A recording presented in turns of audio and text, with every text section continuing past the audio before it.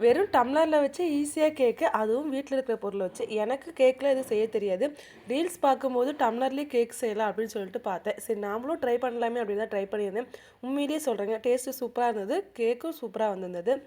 இதுக்கு first 1 cup கோதுமை மாவு எடுத்துட்டு, ஒரு 1/2 கப் சர்க்கரையை மிக்ஸி ஜாரில் போட்டு 2 ஏலக்காய் சேர்த்து நல்லா பவுட்ரு பண்ணிக்கலாம். அது அப்படியே அது கூட சேர்த்துட்டு நல்லா காய வச்சு ஆற வச்ச 1/2 கப் பால், நமக்கு தேவைப்பட்டால் இன்னும் கூட எக்ஸ்ட்ரா சேர்த்துக்கலாம். எனக்கு 1/2 கப் பாலே கரெக்டாக இருந்தது.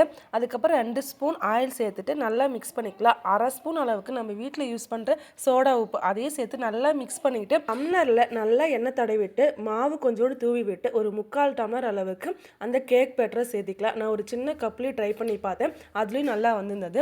இப்போ ஒரு குக்கர் எடுத்து ஒரு 5 மினிட்ஸ் ப்ரீ ஹீட் பண்ணிவிட்டு அதுக்குள்ளே ஒரு ஸ்டாண்டோ இல்லை பிளேட்டோ வச்சு நம்ம ரெடி பண்ணி வச்ச கேக் பேட்டரை சேர்த்துட்டு நல்லா ஒரு 20 மினிட்ஸ் வேக வச்சா சூப்பராக கேக் ரெடி ஆயிடும். நான் அப்பப்போ ஓப்பன் பண்ணி பார்த்தேன், அதனால் எனக்கு 30 மினிட்ஸ் ஆச்சு.